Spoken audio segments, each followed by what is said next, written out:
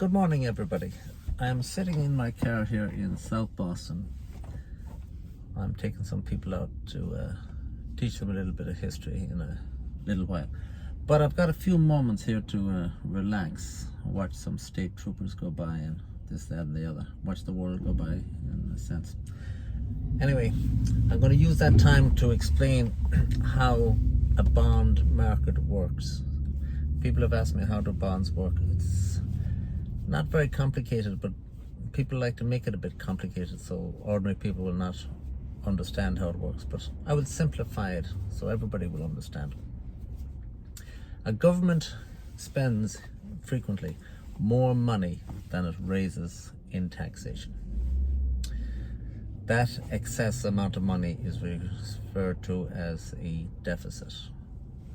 So that deficit must be made up by borrowing money from somebody foolish enough to lend the government money so they can spend that money. As years go by, the accumulated deficits each year is added onto the national debt, and interest must be paid on the national debt, and it, in the fullness of time, becomes a monster milestone around the neck of a society, and it will eventually sink that society. Now, people think governments can just print money. In actual fact, a modern Western government cannot just print money. It needs to get it from someplace else. Fortunately for them, there is an entity that can actually print money, and that entity is known as the Federal Reserve System. It's a national bank given a monopoly or a license to actually issue credit or money into the system, and that is like a magic wand, and needless to say, that is a nice little thing to have. That bank then will obviously make a huge amount of profit. You can actually print money, and it'll operate as a bank, and much of its profits is given back to the government. But that is not the function, in essence, of a central bank. It's not to make a profit. It is actually to exist as a lender of last resort. It is there to bail out entities that have lost a lot of money by issuing loans or money to those people and save their hides. There's no such thing as a free lunch, and that liability or that loss of wealth is transferred ultimately to the back of the taxpayer, and fortunately for the taxpayers' mental health, they do not understand the system, so they don't actually understand that they are being royally screwed, and we all live happily ever after. Anyway, getting back to how the government gets its money. The government must borrow money. They will do that by issuing what's known as bonds, B-O-N-D-S, bonds. These are just simply IOUs. We don't want to call them IOUs because people would realize that giving an IOU or taking an IOU or lending money is not the brightest thing they could be absolutely doing, because you may not be paid back. And if you are paid back, you may not be paid back to the full value of what you gave 10 years before that or whatever. These bonds can be any length of time for duration, anything from a day to 5 days to 10 days to 2 weeks to 3 months to 2 years to 1 year to 10 years to 30 years. Some governments have actually issued bonds of a duration of 100 years. The person that buys that bond, of course, is long dead by the time he's paid back his money. And that is just how insane it is. Now, they call them different names depending on the length of duration. Short duration bonds will be known as bills, B-I-L-S. Mid-range length of bonds will be known as notes, N-O-T-E-S. And longer range will be known as Treasury bonds. That is just how it is in the United States. In England and other places, they call them different things. In England, for example, a bond is known as a gilt, G-I-L-T, gilt. So gilts, they're just another name for bonds. And in Germany, they're known as bunds, B-U-N-D-S, etc. They're known as different things in different countries, but they all actually function the same way. So let's say that the government wishes to borrow $30 billion. It will go into, it'll have an auction, and it will have $30 billion of bonds to sell. Let's just say it's 30 units, okay? They will say in effect that, okay, we are going to sell these bonds and we are going to ask you to pay $100 for each of these bonds, or 100 units, and we will pay 5% at the end of the duration of the bond. And let's say the bond is 10 years in duration. So what we'll do is, you buy this for 100 units or $100, and at the end of 10 years you will get your money back. In the meantime, each year we will pay you an interest fee known as a coupon, and the coupon is going to be 5%. And in $1 billion of bonds, you will be paid $50 million a year interest, and at the end of the 10 years, bingo, you will get your $1 billion back. That is how that is set up. But it is an auction. So some people will come to the auction and they will wish to buy some of these bonds, and they will pay the $100 for the bond, and they'll be paid the 5%. These people are eager to buy the bonds, and they will pay full price, which is known as par, P-A-R. Okay, so they'll buy the bond at par, they will put the bond in their pocket, and they will go home. So let's say of the $30 billion of bonds that was on offer, let's say 17 billion have been sold in that first round of bidding. Now those guys have gone home. There's still 13 billion left to sell. Well, the guys next bidding, then they might say to themselves, we are not prepared to pay 100, we're going to pay 99 for these. So they will bid $99 for each bond, and the government will sell maybe 4 billion at 99, and then of course those guys go home, and it continues down, and the last of the bonds might be sold at 97. So the fellas that bought at 97 obviously have got a better value than the guys that bought at 100. Okay? So that actually changes the interest rate, because all of them are going to get back $50 million a year.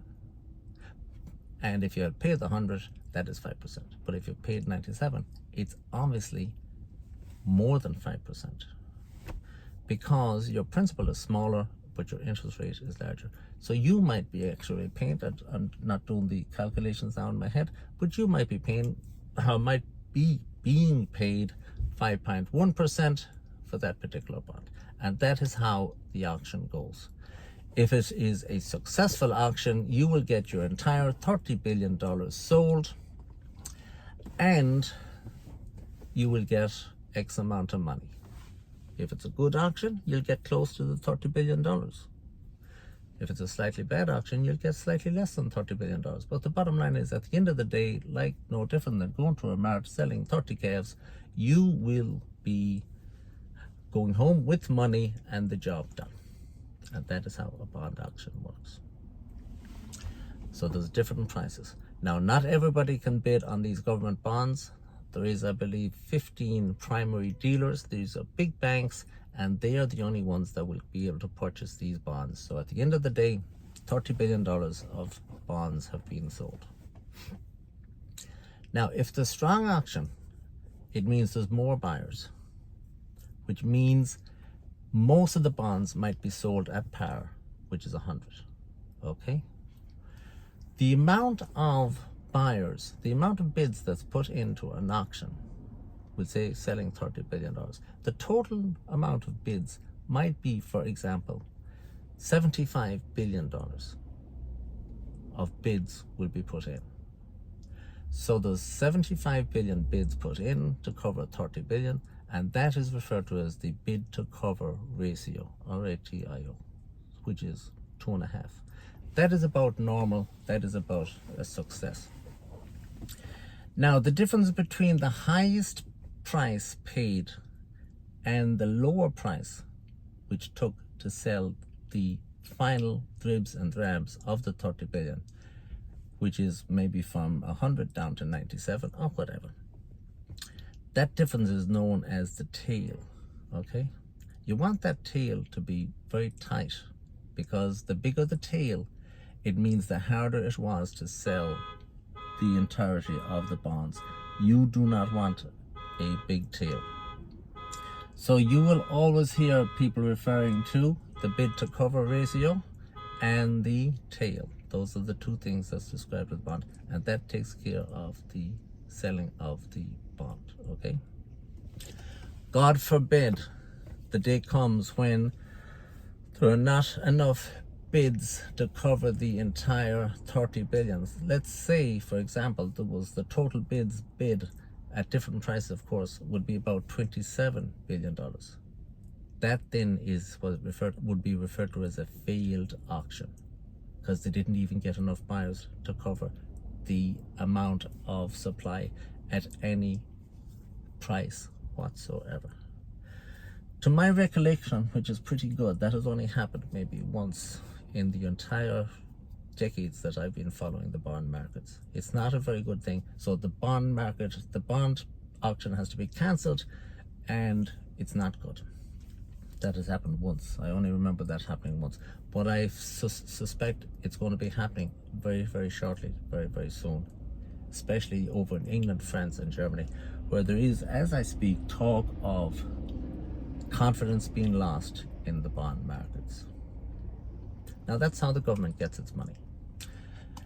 When the bond becomes to maturity 10 years later, the entire 30 billion is paid off, which must be paid off by going out into the market and borrowing another 30 billion plus, and the game continues, okay?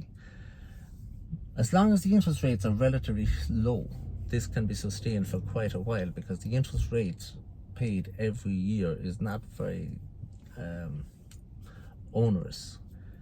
It has been like that for the longest time. It might be 1%. So at 1%, you can cover a national debt of 37 trillion by just paying maybe $380 billion a year. But now all of a sudden it's up to 5%. And now, of course, at that interest rate, you have to pay almost $2 trillion interest rate. So there is a problem. Now, the final thing I will discuss is how interest rates actually change. Let's say the primary dealer has bought his bond, he paid $100 for it, it pays 5%. He now wishes to sell that bond on to somebody else, a smaller guy. That's what's known as the secondary market, when those guys sell on to the regular customer down the line of the food chain. The primary market is when they bid for the government bond at an auction. Now they're selling their bond to the other people, whether it's an investment bank or whether it's a mutual fund or whether it's this, that, the other. If he can sell that bond, if there's a big demand, and if he sells that bond for, we'll say, $101, remember now the coupon or the interest paid is the same, so the price is higher. So the interest rate in that situation for the guy buying the secondary market bond is actually different than what it was for the first guy, because now when the price goes up, he has to pay $101. He's only getting the 5% back, the 50 million a year back if it was $1 billion. So he's actually paying a different rate of interest. He's actually getting a different rate of interest. He's actually getting a lower rate of interest, maybe even 4.9%, because instead of dividing instead of dividing 50 by a billion, which is 5 by 100, he is in fact dividing 50 by 101, which turns out to be 4.9. So at every single moment of every single day that the markets are in operation, the prices are changing. because the prices of the bonds are changing, but the interest paid is static and staying the same, the actual effective interest rate is changed by that manner right there. That might be a little bit hard to grasp until you actually think about it, okay? Again, the interest payment, the coupon is the same at $50 million a year. So if you're paying less to get the $50 million, it means that the interest rate is different than if you were paying more to get the interest of $50 million. And that is how interest rates change by the minute during the course of a market day. Now, that is the bond market explained in 15 minutes. It's not complicated, but it does take a little bit of consideration. All you really need to know is that the government needs to hope that there's enough buyers for its bonds so the auction will be a success. And then you have to understand that the interest rates, all interest rates, are set by the market each and every day. The Federal Reserve actually sets no interest rates at all, contrary to popular belief. What it does is it sets just one interest rate, which is the federal funds rate. And it doesn't actually set the rate, it sets a range that it would like the interest rate to be within. And that range is always 0.25%. So if they want it at 2%, they will set a range, for example, 2 to 2.25. They want to keep it in that range. If the interest rates changing in the market are going above 2.25, the Federal Reserve will go into the market and either buy or sell bonds to affect the supply and demand, which will affect the price, which in turn will affect the interest rate and bring it back to where they want it to be. Okay, so I expect a little bit of a panic in the bond markets. The Federal Reserve will need to go in there and purchase bonds left, right and center with money created out of just thin air, and that is what breeds inflation. And in a crisis, it actually breeds massive inflation known as hyperinflation. And that is what I expect in the coming weeks or months, if not sooner, possibly beginning in Britain. We shall see. All right, thank you for watching that off the cuff video.